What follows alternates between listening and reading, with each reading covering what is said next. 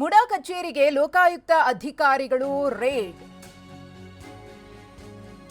ಮುಡಾ ಕಚೇರಿ ಮೇಲೆ ಲೋಕಾಯುಕ್ತ ಅಧಿಕಾರಿಗಳಿಂದ ರೇಡ್ ಕುತೂಹಲಕ್ಕೆ ಕಾರಣವಾಗಿದೆ. ಲೋಕಾಯುಕ್ತ ಎಸ್ಪಿ ಅವರ ನಡೆ. ಲೋಕಾಯುಕ್ತ ಎಸ್ಪಿ ಟಿಜೆ ಉದೇಶ್ ಅವರ ನೇತೃತ್ವದಲ್ಲಿ ದಾಳಿಯಾಗಿದೆ. ಮುಡಾ ಕಚೇರಿಗೆ ಊಟವನ್ನ ತರಿಸಿಕೊಂಡಿದ್ದಾರೆ ಅಧಿಕಾರಿಗಳು. ಇನ್ನು ಮುಡಾ ಆಯುಕ್ತ ರಘುನಂದನ್ ರಜೆಯ ಮೇಲಿದ್ದಾರೆ. ಅವರ ಅನುಪಸ್ಥಿತಿಯಲ್ಲೇ ಈ ಒಂದು ದಾಳಿ ನಡೆದಿದೆ.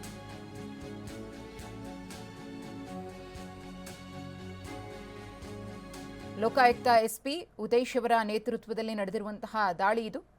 ಮೈಸೂರು ನಗರಾಭಿವೃದ್ಧಿ ಪ್ರಾಧಿಕಾರದ ಮೇಲೆ ದಾಖಲೆಗಳ ಪರಿಶೀಲನೆ, ಒಂದಷ್ಟು ಮಾಹಿತಿ ಕಲೆ ಹಾಕುವಂತಹ ಕೆಲಸವನ್ನ ಲೋಕಾಯುಕ್ತ ಅಧಿಕಾರಿಗಳು ನಡೆಸ್ತಾ ಇದ್ದಾರೆ. ಮುಡಾ ಹಗರಣಕ್ಕೆ ಸಂಬಂಧಪಟ್ಟಂತೆ ಲೋಕಾಯುಕ್ತ ಎಸ್ಪಿ ಉದೇಶ್ ಅವರ ನೇತೃತ್ವದಲ್ಲೇ ಒಂದು ತನಿಖೆ ನಡೀತಾ ಇದೆ. ಅದರ ಮುಂದುವರೆದ ಭಾಗ ಇದು. 50-50 ಅನುಪಾತದ ಬಗ್ಗೆ ನಡೆದ ಸಭೆಯ ಕುರಿತು ಮಾಹಿತಿಯನ್ನು ಪಡೆದುಕೊಂಡಿದ್ದಾರೆ.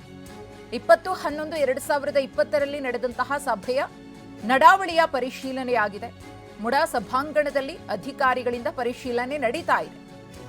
ನಡಾವಳಿಯ ಧ್ವನಿ ಸುರುಳಿಯನ್ನ ಕೇಳಿಸಿಕೊಂಡಿದ್ದಾರೆ. Audio record. ಅಂದು ಸಭೆಯಲ್ಲಿ ಸದಸ್ಯರು ಮಾತನಾಡಿರುವಂತಹ ಆಡಿಯೋ, ಪ್ರಮುಖ ಧ್ವನಿ ಸುರುಳಿಯನ್ನ ಅಧಿಕಾರಿಗಳು ವಶಪಡಿಸಿಕೊಂಡಿದ್ದಾರೆ. ಹಾಗಾಗಿ ಲೋಕಾಯುಕ್ತ ಎಸ್ಪಿ ಉದೇಶ್ ಅವರ ಈ ಒಂದು ನಡೆ ತೀವ್ರ ಕುತೂಹಲವನ್ನ ಕೆರಳಿಸಿದೆ. ಈ ಕುರಿತು ಮತ್ತಷ್ಟು ಮಾಹಿತಿಯನ್ನ ಕೊಡೋದಕ್ಕೆ ನಮ್ಮ ಪ್ರತಿನಿಧಿ ರಾಮ್ ಇದೀಗ ನೇರ ಸಂಪರ್ಕದಲ್ಲಿದ್ದಾರೆ.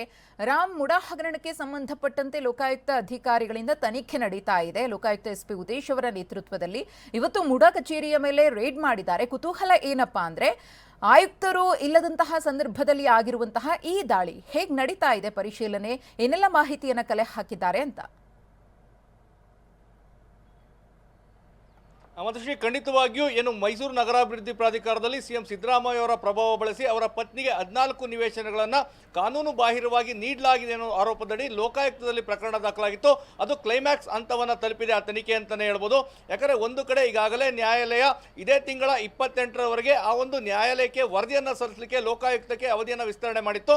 ಇದರ ಜೊತೆಗೆ ಈ ಒಂದು ಪ್ರಕರಣವನ್ನು ಲೋಕಾಯುಕ್ತ ಏನು ತನಿಖೆ ಮಾಡ್ತಾ ಇದೆ, ಸಿಬಿಐಗೆ ವಹಿಸಬೇಕಾ ಬೇಡವಾ, ಈ ಒಂದು ವಿಚಾರಣೆ ಸಹ ಇದೇ ತಿಂಗಳ 27ಕ್ಕೆ ಬರ್ತಾ ಇದೆ.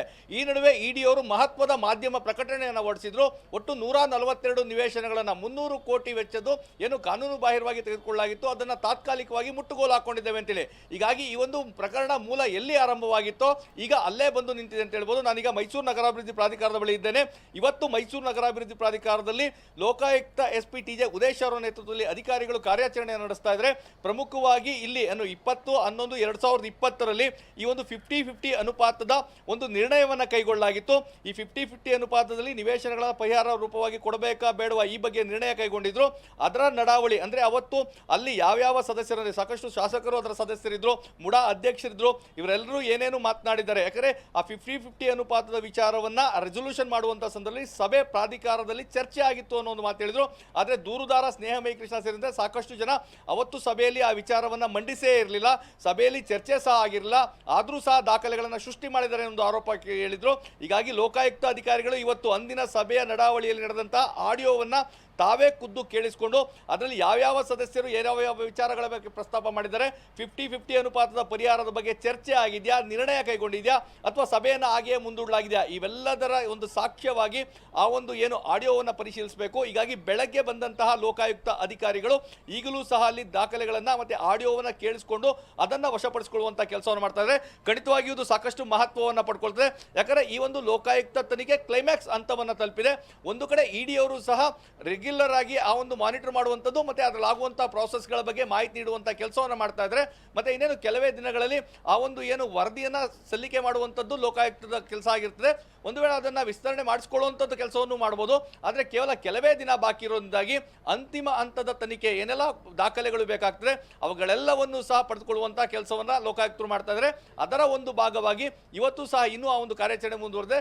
ಬೆಳಗ್ಗೆಯಿಂದ ಮಧ್ಯಾಹ್ನದ ಊಟವನ್ನು ಸಹ ಮುಡಾ ಕಚೇರಿಗೆ ತರಿಸಿಕೊಂಡು ಇಲ್ಲೇ ಪರಿಶೀಲನೆ ಮಾಡುವಂಥದ್ದು ಮತ್ತು ಆಡಿಯೋಗಳನ್ನು ಯಾವುದು ಮಹತ್ವದಿದೆ ಅದನ್ನು ವಶಪಡಿಸಿಕೊಳ್ಳುವಂಥದ್ದು ಈ ಎಲ್ಲ ಕೆಲಸವನ್ನು ಮಾಡ್ತಾ ಇದ್ದಾರೆ. ಹೀಗಾಗಿ ಈ ಒಂದು ಏನು ಸಿಎಂ ಸಿದ್ದರಾಮಯ್ಯ ವಿರುದ್ಧ ಪ್ರಕರಣ ಲೋಕಾಯುಕ್ತದಲ್ಲಿ ದಾಖಲಾಗಿ ತನಿಖೆ ನಡೀತಾ ಇದೆ. ಕ್ಲೈಮ್ಯಾಕ್ಸ್ ಹಂತವನ್ನು ತಲುಪಿದೆ ಅಂತಾನೆ ಹೇಳ್ಬೋದು. ಮಧುಶ್ರೀ, ಧನ್ಯವಾದ ರಾಮ್ ತಮ್ಮೆಲ್ಲ ಮಾಹಿತಿಗಾಗಿ.